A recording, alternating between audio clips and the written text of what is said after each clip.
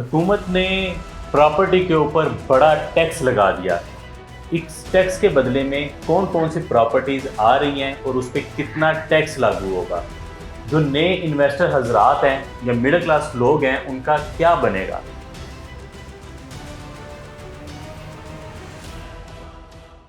अस्सलाम वालेकुम। इत्माद इंटरनेशनल की जानिब से मैं हूं मोहम्मद ज़ुबैर एहसन। और बड़े सवालात मार्केट में हमें सुनने को मिलते हैं और बड़े मायूस लोग देखने को मिलते हैं।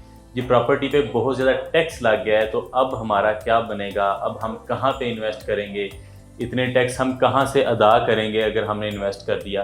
तो सोचा आप लोगों को इस बारे में भी थोड़ा सा आगाह कर देंगे। बेसिकली इसकी ग्राउंड रियलिटी क्या है। सुनी सुनाई बातें आप काफ़ी देखने को मिलती हैं आप लोगों को, लेकिन सबसे पहले अगर मैं बताऊं तो जब इस टैक्स के मामलात चले थे मुफ्ता इस्माइल साहब के दौर में, ये नोटिफिकेशन जारी हुआ एफबीआर की तरफ से, उसके बाद पंजाब गवर्नमेंट ने इसको चैलेंज कर दिया कोर्ट के अंदर। तो वन बेंच ने इसका फैसला सुनाया, क्योंकि आपको पता है कि पंजाब जो सूबे हैं वो खुद मुख्तार हैं इस वक्त पाकिस्तान में, जो कानून के हिसाब से तो देखा जाए तो उस वक्त देखा जा रहा था कि एफबीआर के जुरिडिक्शन में पंजाब से कलेक्ट करना टैक्स आ रहा है या नहीं आ रहा।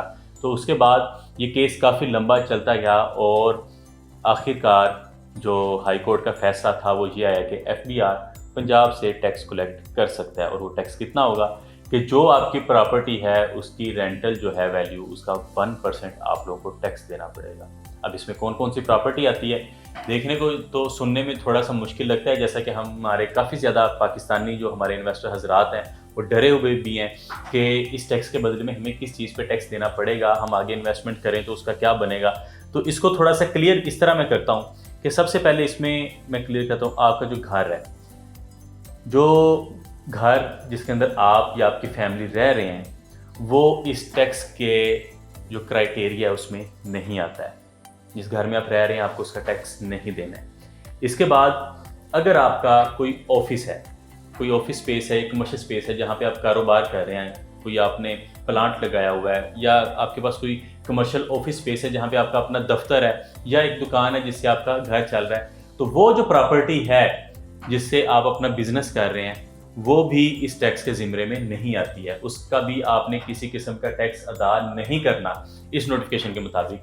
कि आपका घर जो है जिसमें आप रह रहे हैं और जो प्रॉपर्टी आपके पास है अपने कारोबार के लिए, ये दोनों प्रॉपर्टीज़ का आपने टैक्स किसी किस्म का अदा नहीं करना। इसके बाद आ जाती है इसके अलावा कौन सी प्रॉपर्टीज़ हैं जिसका आपने 1% जो है टैक्स अदा करना है या नहीं करना है। आपका घर आ गया, वो निकल गया, आप जहाँ पे कारोबार कर रहे हैं वो प्रॉपर्टी भी निकल गई। इस दोनों प्रॉपर्टीज़ के अलावा भी अगर आपके पास 2.5 करोड़ की कोई प्रॉपर्टी अवेलेबल है, उसका भी आपने कोई किसी किस्म का टैक्स अदा नहीं करना, वो इसमें नहीं आ रही। और अगर फर्ज करें जो नोटिफिकेशन के मुताबिक है कि 3 करोड़ के ऊपर आपने जो टैक्स अदा करना है 1%, वो इस तरह है कि ये आपका घर भी निकल गया, आपकी कारोबार की कोई जगह है वो भी निकल गई, उसके अलावा 2.5 करोड़ तक अगर आपके पास प्रॉपर्टी है वो भी निकल गई, पीछे बच गया आपका 3 करोड़ में से 50 लाख का टैक्स। बाकी जो पीछे बचा है 50 लाख, उसका 1% जो टैक्स है जो तकरीबन 50,000 रुपये बनता है, वो आपने गवर्नमेंट को अदा करना है एफबीआर की वैल्यू के मुताबिक। अब एफबीआर में उस प्रॉपर्टी की क्या वैल्यू है, आपको पता है पाकिस्तान में प्रॉपर्टी की 2 तरह की वैल्यू होती है, एक मार्केट वैल्यू है, दूसरी उसकी एफबीआर वैल्यू है। जो प्रॉपर्टी आपकी एफबीआर वैल्यू के मुताबिक होगी टैक्स आपने उसका अदा करना है। फॉर एग्जांपल अगर पाकिस्तान में देखा जाए तो जो प्रॉपर्टी है उसमें इन दोनों मार्केट्स के अंदर कोई 2 से 3 गुना का फ़र्क आ जाता है। फर्ज करके अगर एक प्रॉपर्टी है जिसकी मार्केट वैल्यू 15 से 16 करोड़ रुपए है, उसकी एफबीआर वैल्यू 2.5 करोड़ रुपए होगी।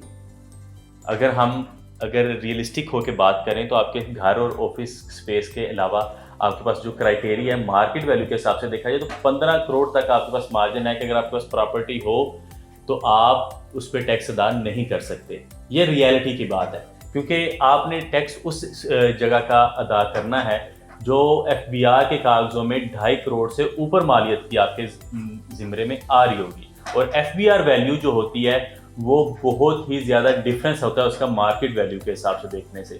तो इस लिहाज से अगर देखा जाए तो आपके पास अच्छा खासा मार्जिन होता है। इसमें वो लोग जो अभी नई नई इन्वेस्टमेंट करना चाह रहे हैं या मिडिल क्लास लोग तो उन लोगों के लिए ये टैक्स नहीं लगाएगी और ना ही गवर्नमेंट लगाती है। ये टैक्सेस हमेशा एलीट क्लास या उन लोगों के लिए जिनके पास डिक्लेयर या अनडिक्लेयर प्रॉपर्टीज़ बहुत ज़्यादा अरबों के हिसाब से होती हैं, उनके लिए टैक्सेस वगैरह लगाए जाते हैं ताकि उनसे कुछ ना कुछ रिटर्न कलेक्शन की जा सके। तो ऐसे लोग जो मिडिल क्लास तबके से जिनका ताल्लुक है या जिनके पास प्रॉपर्टीज़ में इंटरेस्ट है, वो नए नए इन्वेस्टमेंट करना चाह रहे हैं, तो उनको अभी इस चीज़ में बहुत टाइम लगेगा यहाँ तक पहुँचने में। अगर मैं अपनी बात करूँ तो मेरे पास भी मेरे ख्याल से इतनी प्रॉपर्टी नहीं होगी कि मैं उसमें टैक्स अदा करना चला जाऊँ। इसके लिए भी अरसा दरकार होता है। ये बहुत अमीर ज़्यादा होते हैं जिनके ऊपर ये टैक्स लगेंगे। 15-16 करोड़ की मार्केट वैल्यू की प्रॉपर्टी रखने के लिए भी आप लोगों को अच्छा खासा इंतज़ार करना पड़ता है। तो ये, और जिसको पास 15 से 16 करोड़ रुपये की एक एक्स्ट्रा प्रॉपर्टी पड़ी होगी, तो क्या उसके लिए 50,000 रुपये टैक्स देना कोई बड़ी बात होगी? तो ये भी बड़ी बात देखने को मिलती है कि कुछ लोग बड़े परेशान हो रहे होते हैं, जी प्रॉपर्टी पे टैक्स लग गया है। तो भाई अगर 15-16 करोड़ रुपये की आपके पास प्रॉपर्टी है, ये सारी चीज़ें निकालने के बाद एक्स्ट्रा जो पड़ी हुई है जो किसी काम की नहीं है, 15 से 16 करोड़ की अगर आपके पास प्रॉपर्टी है तो उसमें 50,000 अगर आपका टैक्स चला जाएगा तो कोई बहुत बड़ा कोई इसमें जुल्म नहीं है, कोई बहुत बड़ा आपको फ़र्क नहीं पड़ने वाला। तो ऐसे लोग जो मार्केट से काफ़ी ज़्यादा डरे हुए हैं कि आपके ऊपर टैक्सेस लगाए गए हैं और बहुत ज़्यादा बर्डन है, तो ऐसा कुछ नहीं है। ये मार्केट में ऐसी अफवाहें अगर आपके पास हैं या नॉलेज कम है, किसी ने पढ़ा नहीं है कि बेसिकली टैक्स है क्या और लग क्या रहा है, तो किसी किस्म की कोई बहुत बर्डन नहीं डाला गया, बहुत ज़्यादा टैक्स नहीं लगाया गया, तो इस तरह की कोई भी अगर आपके पास डिस्कशन करते हैं तो आप हमसे रब्ता करें या उसको एक अच्छी रिसर्च करें, तो आपको पता चल जाएगा कि ऐसी कोई बर्डन वाली नोटिफिकेशन नहीं है, ना ही कोई ऐसा कोई बर्डन आप लोगों के ऊपर डाला जा रहा है कि आप लोगों के लिए बहुत बड़ी मुश्किलात खड़ी कर दी जाएंगी इन्वेस्टर हजरात के लिए। तो ये एक बड़ी अच्छी बात है कि गवर्नमेंट एक अच्छी पॉलिसीज़ लेके आ रही है ताकि आप लोगों के लिए भी और हम लोगों के लिए भी आगे आसानियाँ की जाएँ। तो अगर मज़ीद आप ऐसी वीडियोस और प्रॉपर्टी से अपडेट रहना चाहते हैं तो इस चैनल को सब्सक्राइब करें, बेल आइकन को प्रेस करें और मुझे इजाज़त दें। इंशाल्लाह मिलेंगे अगली वीडियो में।